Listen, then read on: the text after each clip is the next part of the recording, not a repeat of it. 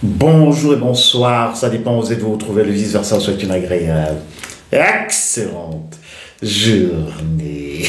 Ah, ah, ah.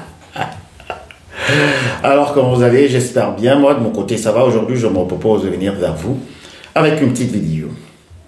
Alors, on m'a posé la question, comment faire pour oublier le pervers ou la perverse narcissique? Une question très intéressante.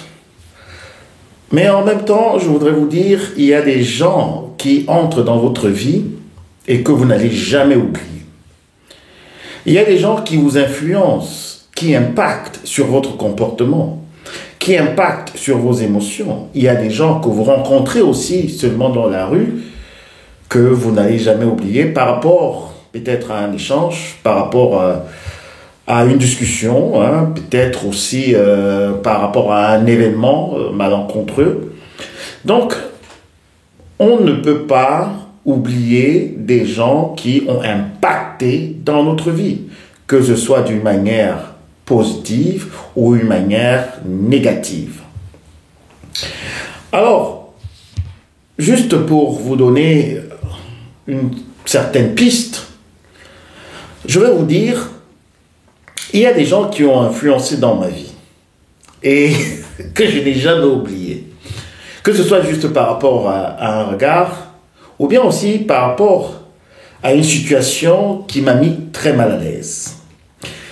Et en pensant à cette question, je me suis ressouvenu d'une fois, j'étais invité dans une festivité avec des amis. Et un ami avait amené une de ses parentées. Et c'était une femme. Et cette femme avait une odeur vraiment très très très forte. Elle puait des aisselles. Elle avait, je pense, un problème justement d'hormones. Donc sa transpiration était très forte et elle sentait mauvais. Et moi, je ne pouvais pas quitter de là parce que, voilà, j'étais avec un ami et qui avait amené sa parenté et elle était assise à notre table. Mais j'ai remarqué que même la table d'à côté, les gens étaient déjà en train de... Donc je dis, mais qu'est-ce qui pue là, qu'est-ce qui pue? Et ils étaient en train de fixer sur notre table parce qu'ils savaient que ça vient directement d'à côté.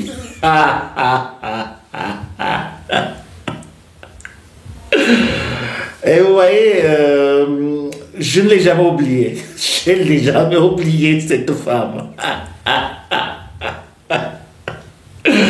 Donc, quand vous êtes en relation avec un parent narcissique ou une parent narcissique, ceux-là qu'on appelle sur cette chaîne les zombies, les vipères anciennes, les meurtrières, vous allez être impacté. Vous allez être troublé, vous allez avoir un traumatisme.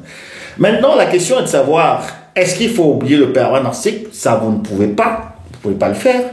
Mais comment guérir du traumatisme causé par le pervers narcissique?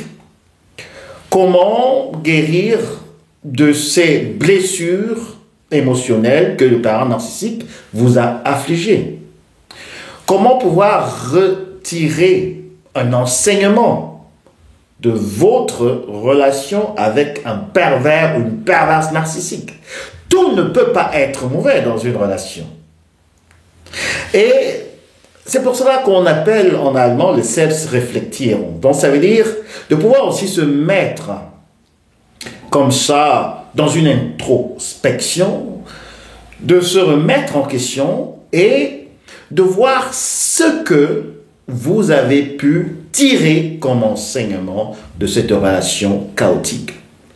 Oublier le pervers narcissique ou la perverse narcissique, que ce soit une vipère ancienne, que ce soit un zombie, serait vouloir complètement oublier qui on est. Parce que n'oubliez pas également que le pervers narcissique vous reflète votre personnalité. Le pervers narcissique arrive à déceler des failles en vous.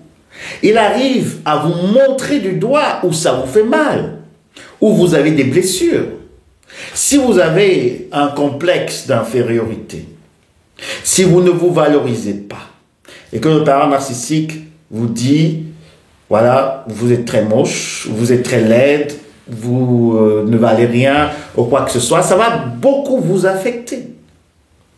Si vous avez un problème peut-être avec votre tête, parce qu'elle est très grosse, elle est vraiment comme, voilà, eine Melone, hein, comme on dit en allemand, alors, si le parent narcissique vous dit vous avez une grosse tête, alors vous allez vraiment vous sentir très mal parce qu'il est en train de toucher à un point qui vous-même vous cause déjà des problèmes.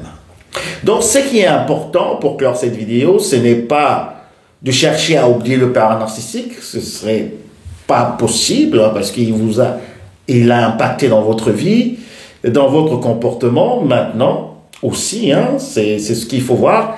Donc, qu'est-ce qui vous a marqué dans cette relation? Qu'est-ce que vous avez pu retenir comme enseignement?